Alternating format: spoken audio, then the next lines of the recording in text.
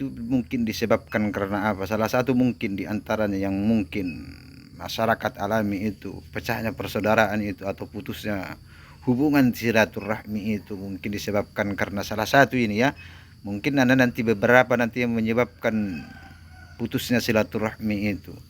Biasanya harta waris.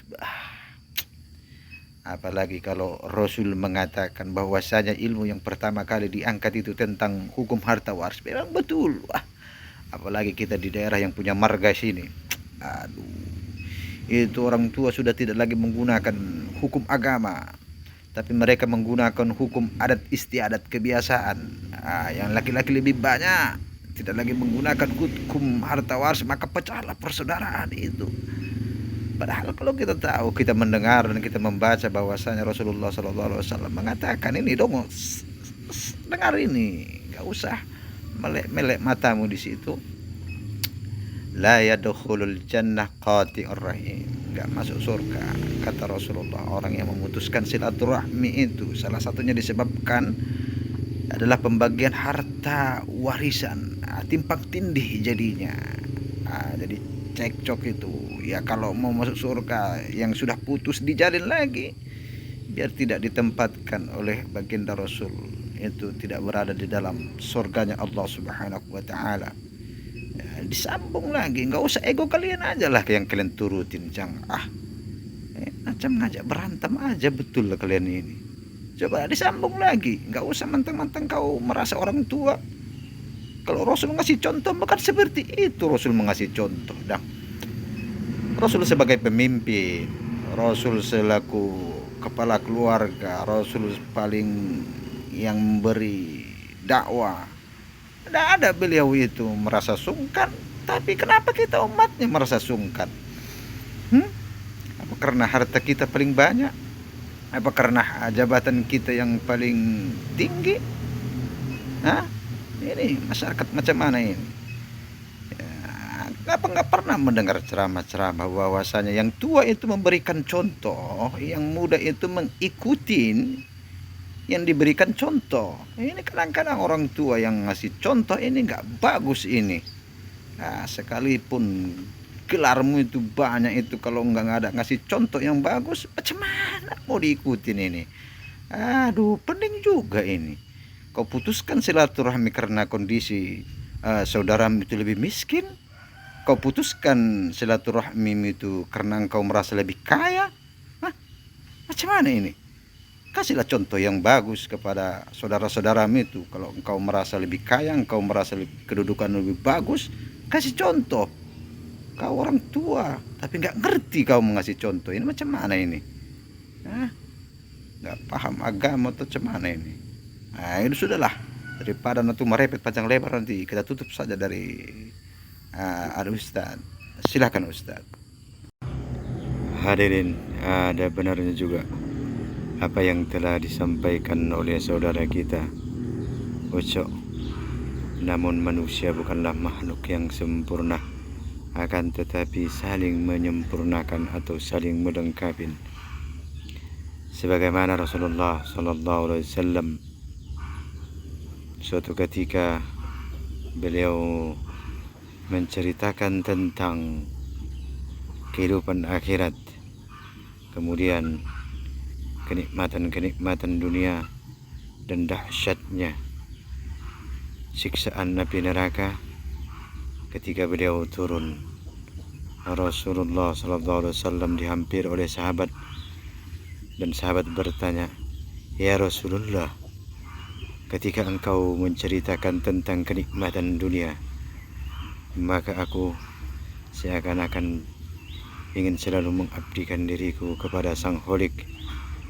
Dan ketika engkau menceritakan tentang ngeri dan dahsyatnya siksaan api neraka, maka saya, ya Rasulullah, ingin sekali jauh, betul-betul jauh dari perbuatan maksiat dan syirik kepada Allah.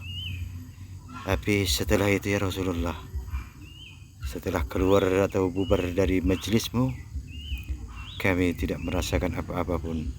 Maka Rasulullah mengatakan, begitulah manusia. Jadi kami harapkan kepada Bang Uco, eh, tidak ada manusia yang sempurna, akan tetapi manusia itu saling melengkapi atau menyempurnakan kekurangan individu masyarakat tersebut. Jadi nggak usah lagi Bang Uco pakai emosi ketika menyampaikan sesuatu. Mungkin ini aja yang kami dapat sampaikan. Kami harap nilai plusnya tolong diambil untuk peringatan bagi Bang Uco, jangan terlalu emosi. Assalamualaikum warahmatullahi wabarakatuh. Seburuk apapun manusia, sebejat apapun manusia, kalau dia seakidah dengan kita, maka dia adalah saudara kita. Sesungguhnya muslim satu dengan muslim yang lain adalah bersaudara. Tapi yang jelas perlu kami sampaikan di sini, kalaulah kita betul-betul meninggal dalam keadaan sebagai seorang muslim, maka umat muslim seluruhnya yang berada di permukaan bumi ini, yang masih hidup di atas bumi ini, oleh Allah Subhanahu wa Ta'ala kelak akan dimasukkan ke dalam surganya Allah. Wala tamutunna illa wa antum muslimun. Janganlah engkau meninggal, kata Allah, dan kalaupun engkau meninggal, maka meninggallah dalam keadaan muslim. Jadi tidak ada istilah permusuhan di antara kita. Sekalipun apa yang telah disampaikan oleh saudara kita Uco begitu keras mengkritik seseorang mungkin, tapi kalau kita seakidah dengannya, maka kita betul-betul dalam keadaan bersaudara. Karena apa? Karena kita seakidah dengan saudara kita yang diprotes oleh Uco. Hanya ini yang dapat kami sampaikan. Lebih dan kurang kami mohon maaf. Wabillahi taufiq wal hidayah. Assalamualaikum warahmatullahi wabarakatuh. Jadi pada intinya apa yang telah disampaikan oleh Bung Haj dan Al-Mukarram,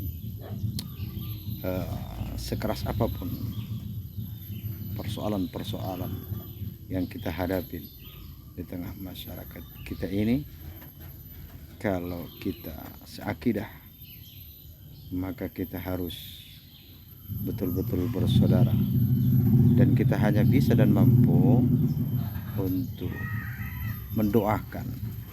Sekalipun kita sudah beragama Islam, tapi yang namanya hidayah kita harus doakan. Artinya